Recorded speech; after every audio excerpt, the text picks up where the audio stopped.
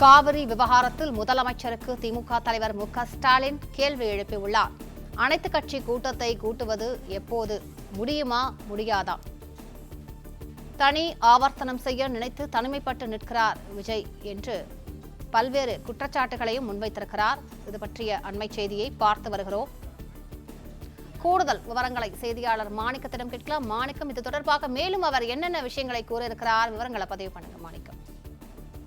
திமுக தலைவர் மு.க.ஸ்டாலின் தற்பொழுது ஒரு சமூக வலைதள பதிவிட்டிருக்கிறார். அந்த பதிவுல முதலமைச்சர் கர்நாடகா செல்வதற்கு கர்நாடகா முதலமைச்சர் டி.கே. சிவகுமார் வர வேண்டாம் என்று கூறியிருக்கக்கூடிய அந்த தகவலை ஒட்டியும், காவேரி விவகாரத்துல தமிழ்நாடு ஒட்டுமொத்தமாக ஒரு முடிவெடுத்து நிற்கக்கூடிய சூழலில் முதலமைச்சர் விஜய் மட்டும் தனி ஆவர்த்தனம் செய்ய நினைத்து தனிமைப்பட்டு நிற்பதாகவும் குற்றம் சாட்டி ஒரு பதிவு வெளியிட்டிருக்கிறார். அந்த பதிவுல தமிழ்நாட்டில் இருக்கக்கூடிய அரசியல் கட்சி தலைவர்கள், விவசாய சங்கத்தினர் எல்லோரும் மேகதாது விவகாரத்துல கர்நாடகத்துடன் பேச்சுவார்த்தை நடத்துவது பயனளிக்காது என்றும், அதே போன்று கர்நாடகம் செல்ல வேண்டாம் என்றும் தமிழ்நாடு முதலமைச்சருக்கு கோரிக்கை வைத்த நிலையில தமிழ்நாட்டிற்கு தண்ணீர் தர முடியாது என்று திட்டவட்டமாக கர்நாடகா அறிவித்திட்ட போது அதனோடு சட்ட ரீதியாக போராட வேண்டும் என்பதை தவிர, கடந்த காலத்தில் நாம் பெற்ற படிப்பினையை மறந்துவிட்டு உபரிநீரை வெளியேற்றும் வடிகாலாக பகுதியாகத்தான் தமிழ்நாட்டை அவர்கள் கருதக்கூடிய சூழலில் தான் கர்நாடகம் சென்றால் காவிரியை கையோடு எடுத்து வந்து விடுவேன் என்று தமிழ்நாட்டின் புதிய முதலமைச்சர் நினைத்தாரோ என்னவோ, நமது எச்சரிக்கையை மீறி கர்நாடகம் செல்வதற்கு தூது அனுப்பினார் என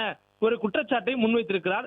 மேலும் தமிழ்நாட்டிற்கு தண்ணீர் திறந்துவிட சொல்லி காவிரி மேலாண்மை ஆணையம் உத்தரவிட்ட போதும் கூட நீங்கள் இப்போதைக்கு வர வேண்டாம் என்று கர்நாடகாவே கேட்டை சாத்தி விட்டார்கள் என்றும் முதலமைச்சருடைய கர்நாடக பயணத்தை குறித்து ஒரு விமர்சனத்தை முன்வைத்திருக்கிறார்.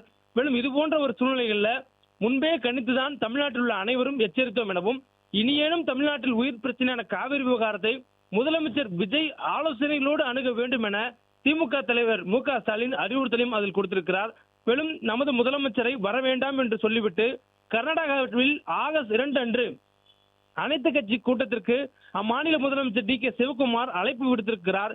அவர்கள் அனைவரும் ஒற்றுமையாக இருப்பதை தனது செயலால் உணர்த்தி விட்டார்கள். தமிழ்நாடு முதலமைச்சர் அனைத்து கட்சி கூட்டத்தை கூட்டுவது எப்போது? அவரால் அந்த கூட்டத்தை கூட்ட முடியுமா முடியாதா என்ற கேள்வியோடு அந்த பதிவை திமுக தலைவர் மு.க.ஸ்டாலின் முடித்திருக்கிறார்.